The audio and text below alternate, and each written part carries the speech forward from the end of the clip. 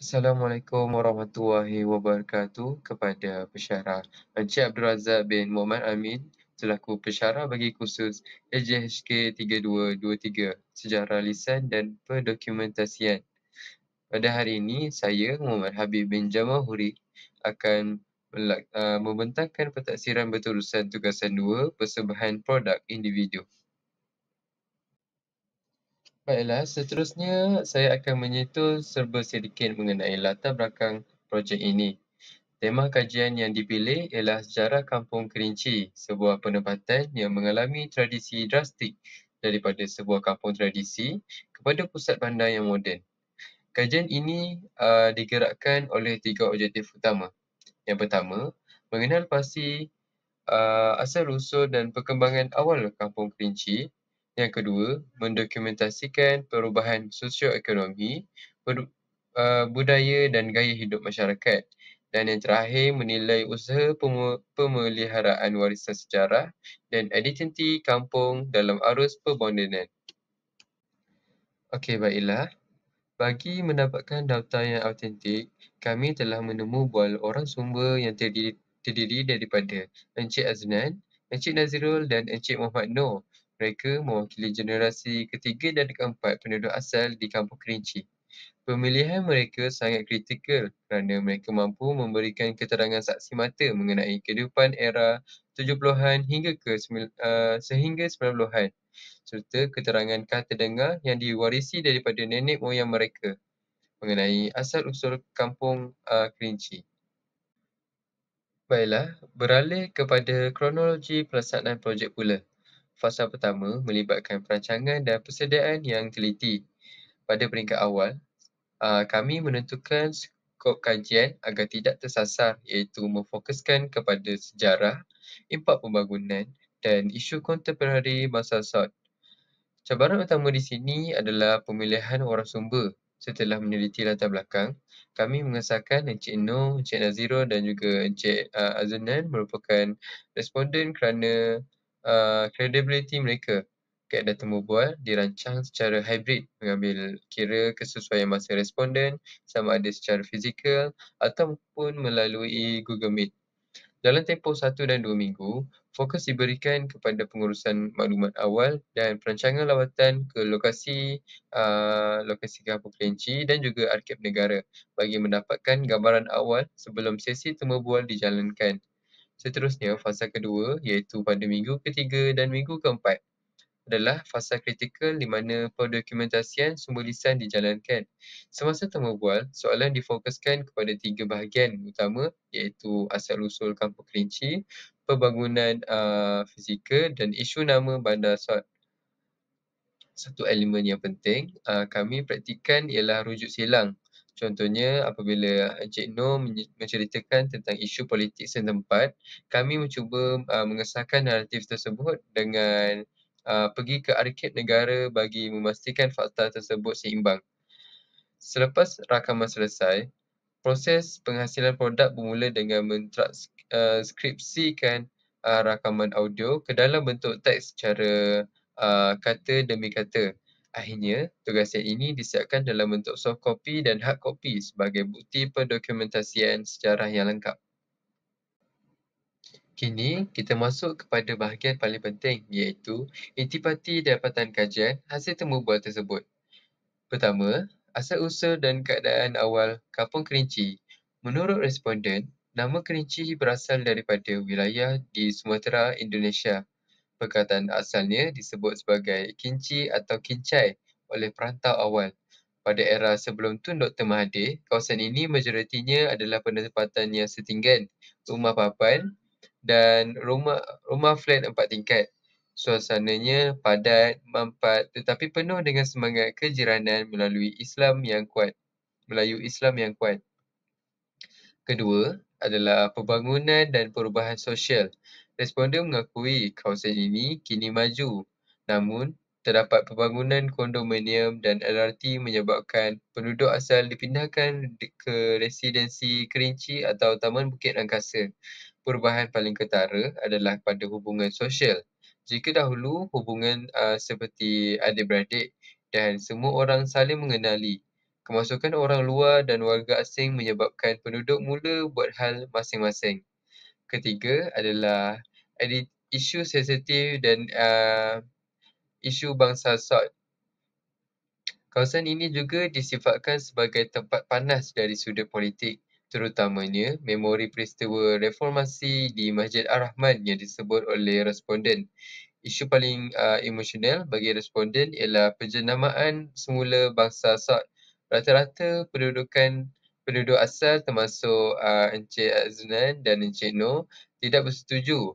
Bagi mereka, nama Kampung Kerinci adalah warisan dan pusaka yang mesti dikekalkan, bukan dipadam demi nilai komersial semata-mata. Baiklah, seterusnya, ini merupakan data daripada hasil temubual yang telah dijalankan. Yang pertama, evolusi kediaman.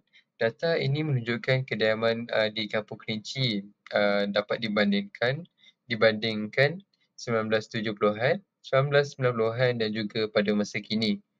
Pada 1970-an, era setinggan menunjukkan pembangunan yang kurang pesat pada ketika itu. Rumah-rumah merupakan rumah setinggan, rumah papan yang diduduki oleh penduduk Kampung Kerinci. Kita masuk kepada era 90-an iaitu era flat di mana rumah-rumah tersebut telah dinaik taraf kepada flat-flat PPR, flat-flat 5 hingga ke 7 tingkat. Pada era tersebut telah mula pembangunan yang telah dijalankan bagi kemajuan kawasan tersebut. Dan kita masuk kepada era yang pada masa kini menunjukkan perubahan yang drastik. Pembangunan pesat telah dijalankan sewaktu kini menunjukkan perubahan kediaman penduduk Kampung Kerinci pada masa kini. Seterusnya, kita masuk kepada perubahan sosial. Perubahan sosial telah dibandingkan melalui terdapat dua era iaitu era dahulu 1980-an dan juga era kini 2024. Menurut responden, pada masa dahulu, semangat kejiranan sangat tinggi dan juga identiti tradisi dapat dikekalkan pada waktu itu. Tetapi, terdapat kekurangan pada era dahulu dari segi privasi individu, kos sara hidup yang rendah, kepadatan penduduk sangat kurang dan juga keselamatan juga sangat kurang.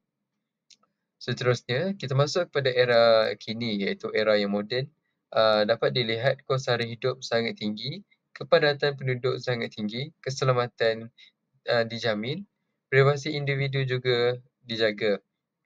Tetapi, semangat kejiranannya mula menurun serta identiti tradisi Melayu kini menurun sangat drastik daripada 100 hingga ke 40% sahaja. Sebagai refleksi kendiri, saya menilai kekuatan dan juga kelemahan projek ini. Dari segi kekuatan, pertama, pelbagai orang sumber. Kami berjaya mendapatkan pandangan daripada penduduk yang tinggal di Kerinci sejak 70-an hingga era 90-an, iaitu Encik Aznan, Encik Nur dan juga Encik Nazirul. Mereka memberikan data yang kaya mengenai kehidupan setinggan, pembangunan dan juga isu pemindahan. Yang kedua, keaslian tema kajian yang jarang didokumentasikan. Keaslian produk yang belum pernah dijalankan oleh penyelidik yang lain dan pemilihan tema yang tepat kerana asli dan unik. Kajian dapat membuktikan melalui perancangan, pelaksanaan rakaman dan juga transkripsi. Yang kedua, kita masuk kepada kelemahan projek ini. Cabaran mengawal kesahihan fakta melalui rujuk silang jika ada berlaku pencanggahan maklumat. Kebergantungan sepenuhnya kepada memori responden boleh menimbulkan pencanggahan fakta kerana peristiwa telah berlaku lama dahulu dari 70-an hingga 90-an. Ketiadaan sumber bertulis atau dokumen rasmi yang mencukupi menyukarkan proses ini. Yang kedua iaitu kualiti rakaman. Persekitaran temu bual yang tidak terkawal terdedah kepada gangguan bunyi seperti trafik, pembinaan, persekitaran dan juga aktiviti harian penduduk. Ini menjejaskan kejelasan audio rakaman. Yang ketiga, had masa lawatan lapangan. Kekangan tempoh masa kajian mengahadkan peluang untuk membina hubungan yang lebih mendalam dengan responden. Masa yang singkat menyebabkan kurangnya penjelasan lanjut mengenai topik yang kompleks secara lebih terperinci. Baiklah, sepanjang menyiapkan projek ini, terdapat beberapa halangan yang telah kami hadapi. Yang pertama, untuk mendapatkan sumber yang tepat. Bukan mudah untuk mencari responden yang boleh memberikan perincian yang tepat. Ada yang ingat lupa. Jadi kami perlu bijak memancing memori mereka untuk mendapatkan keterangan saksi yang jelas. Yang kedua adalah isu sensitif.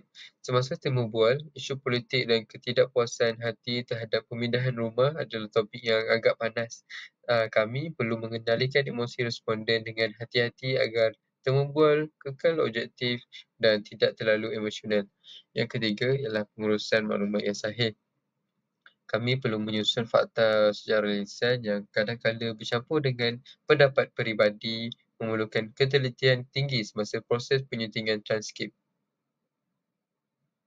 Baiklah, yang terakhir adalah mengendalikan pandangan yang berbeza.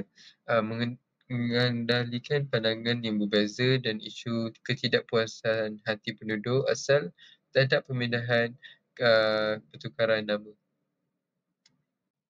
Baiklah, ini merupakan cadangan penambahbaikan bagi projek ini. Yang pertama, pelbagaikan kaedah pencarian responden informan, iaitu menggunakan platform media sosial seperti kumpulan Facebook Komuniti Kerinci dan kerjasama dengan persatuan penduduk untuk menjejak penduduk asal yang telah berpindah. Dan kedua adalah teknik temu bual beretika dan empati, membina hubungan kepercayaan yang kukuh sebelum memulakan rakaman yang rasmi. Hal ini bagi bertujuan kerana penyelidik perlu memberi jaminan kerahsiaan atau menggunakan pendekatan untuk topik sensitif bagi membolehkan responden berkongsi kisah konflik atau politik tanpa rasa takut. Yang ketiga adalah sumber koleksi koleksi peribadi. Mengatasi kekurangan rekod rasmi di Arkib Negara dengan menggunakan koleksi peribadi penduduk seperti gambar lama, surat dan juga geran tanah. Dan akhir sekali adalah perekod naratif yang seimbang. Mengamalkan sikap natural dengan merekod kedua-dua perspektif secara adil bagi pihak yang menyokong pembangunan maupun yang membantah.